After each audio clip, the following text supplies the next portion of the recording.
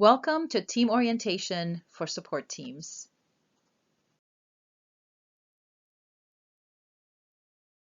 Support teams are built on the belief that Margaret Mead's quote defines so well. And it says, "Never doubt that a small group of thoughtful, committed citizens can change the world. Indeed, that's the only thing that ever has." What are support teams? Support teams are a clearly identified team of volunteers that provide practical, emotional, and spiritual support to someone who needs a little extra help. They have a defined mission or a person to focus on. They hold monthly meetings to communicate, educate, coordinate, and build community. They're also built on the principle of doing what you love to do when you can in a coordinated way. What are the benefits of having this team approach and being a part of a team? Teams have a leader or co-leaders that keep communications up to date and lead monthly meetings to ensure the team's success. Being on a team provides the volunteers with flexibility in what they can do and when they do it. Sharing the work and having members doing what they enjoy when they have time to do it allows for strong community and genuine care.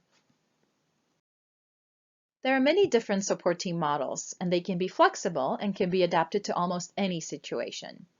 The first one is an individual model. That is when the support team cares for an individual. The team provides care for just one person. Then there's the task and mission specific model, the support team where everyone does one specific task, like a transportation team or a meal team. And then we have the facility model. That's where the support team is connected to the needs of a people in a specific facility, like a nursing home. And then we also have the peer team. That is a support team for individuals going through similar life situations, like cancer survivors or those dealing with loss. A support team consists of the team leader or co-leaders who organize the team meetings, oversee the schedule, and liaison between the team and the care receiver. Then we have the team members who provide the care and attend the monthly meetings. And then we have the care receiver, the person who receives care. Every team is coordinated by a team leader or co-leaders who act as the liaisons with the care receiver. They organize and facilitate the monthly meetings. They coordinate the care schedule, and they learn about local resources and how to access them as needed. The team members create a covenant on how they will work together as a team. They also agree to attend the monthly meetings and to communicate openly with the team leader or co-leaders. What do teams do? They provide practical support, they provide emotional support, and they also provide spiritual support when appropriate. Some examples of practical support are doing household chores, providing meals, caring for a pet, or providing transportation. Emotional support can be done by being a calming presence for the care receiver. Providing emotional support can involve listening, validating feelings, calling the care receiver and sending them emails, texts, or cards. With social distancing, this can also include online options, such as Skype, Zoom, or Facebook chat. Teams also provide spiritual support when appropriate. Spiritual support can be sharing prayers, stories, and walking the care receiver's faith journey with them, wherever they may be on that journey. Support teams never deal with money, dispense medicine, or provide medical care.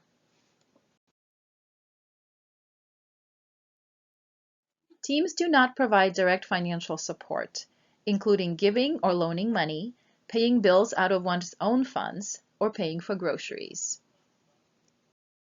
Teams also avoid assistance with prescription and non-prescription medicines. They simply do not give the care receiver any medicine.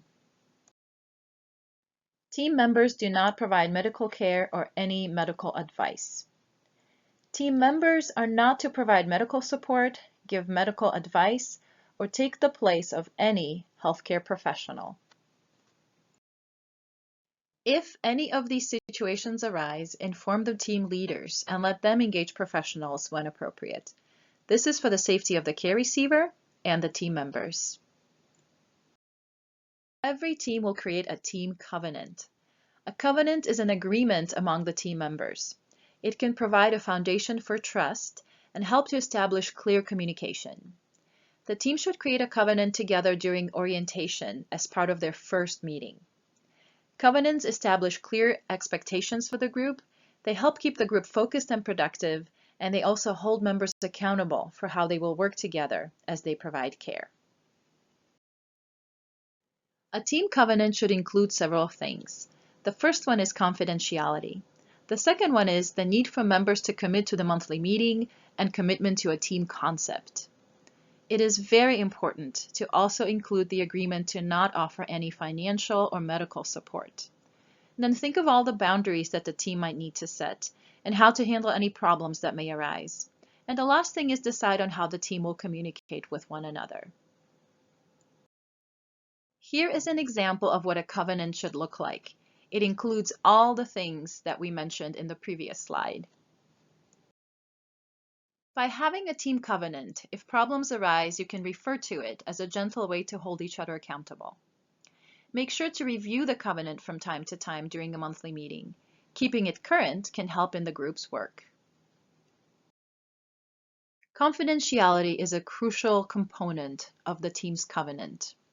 And that means that what is said and done in a support team stays in the support team. Has anyone ever shared information about you that you felt they shouldn't have? If so, you know what it feels like to have your trust broken. It is not a good feeling. In support teams, keeping confidentiality with the care receiver and within the team is crucial. Confidentiality is the act of keeping information private. Specific steps in keeping confidentiality are: do not share any personal information about the care receiver outside of the support team. Do not discuss anything shared at a team meeting with anyone outside of the support team, including the care receiver. Ask permission to share information if you're not sure that it is confidential. And then if you break confidentiality, immediately address the situation. Let's now look at how we can offer emotional support. One of the best ways to provide emotional care is to be present. Give the person your full attention. Let them know that they have your attention by actively listening and asking clarifying questions. And validate their feelings. Listen without judgment or advice. Help them express and explore their own feelings. And also let them know that they are not alone, but you are with them. Sometimes the most powerful thing that you can do for someone who is hurting is to be present and focused on them. Your presence says to the care receiver that they are important to you. Empathy is another way to show care. Empathy means accepting another's feelings. You do not have to agree with the feelings or fix the situation or try to change their thinking. All you need to do is listen to what the care receiver is feeling and accept what they have to say. Actively listening is a powerful way to help someone. When you listen to someone share their feelings, you are giving them the space to feel these emotions and to open the door to healing. Here are some steps on how you can actively listen. First, hear their message by listening to the words. Then reflect back to them what you heard them say. And last, ask clarifying questions. Of course, be careful not to pass judgment and not to try to fix anything, and not to say anything placating or trite. Teams also set and maintain healthy boundaries.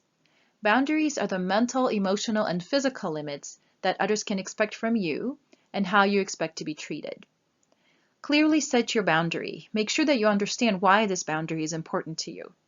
Be clear and direct on how you phrase your boundary. You do not have to explain your boundary, and you do not have to apologize for it. Trust your intuition on it, and address violations early and appropriately. The best way to handle boundaries that have been crossed is to communicate openly, honestly, and as soon as possible. No can be a positive word, so keep in mind that it is okay to say no. Setting boundaries is not always easy. It can cause uncomfortable feelings and self-doubt. It may help you to have a support system in place to help you set and keep your boundaries. The monthly meeting is an essential part of a successful team. The meeting time is a time to build community and trust within the team, to share joys and concerns, create the upcoming care schedule, and also learn new things. The monthly meetings need to be organized. They should start and end on time. They should be under 1 hour long and not include the care receiver. Here is a suggested format for the monthly meetings.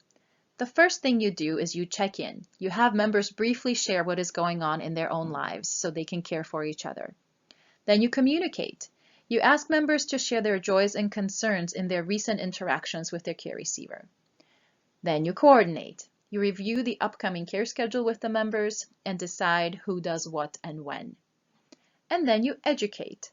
You can share any learning or topics that can help the team in their work. And after all of that, you close the meeting by asking members to process how the meeting went for them. These are the key points to a successful support team. Clear and open communication. Everyone on the team attends the orientation. The team meets every month. The team meetings are organized, under 59 minutes, and informative. Confidentiality is kept, and boundaries are clearly defined. We have now come to the end of our support team orientation. Support teams are truly unique in bringing people who need help together with those who want to help.